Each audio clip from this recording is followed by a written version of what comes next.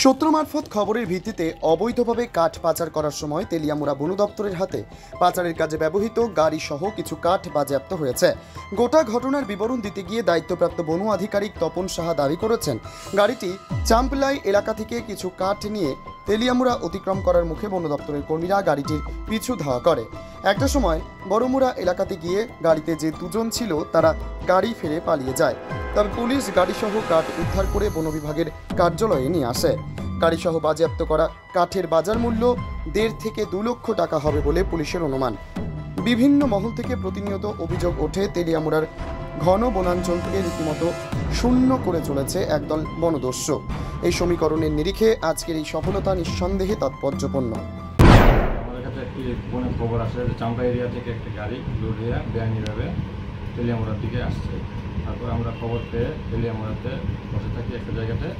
তারপর গাড়িটাকে দেখার পর কিছু ধাওয়া করি, অনেকক্ষণ দীর্ঘ সময় ধাওয়া করার পর তারপর বড়মুড়াতে গিয়ে ওটাকে আমরা আটক করি। গাড়িতে দুজন লোক ছিল, তারা আমাদেরকে দেখে পালিয়ে যায় গাড়িটি ফেলে। তারপরে গাড়িটিকে আমরা তেলিয়ামুড়া ফরেস্ট রেঞ্জে বসে নিয়ে আসি।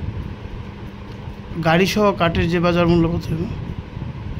গাড়ি সহ কাঠের বাজার মূল্য আনুমানিক প্রায় 1.5 থেকে 2 লক্ষ টাকা হবে। আপনার নাম? তপন সাহা, ইনচার্জ একটু তেলিয়ামুড়া।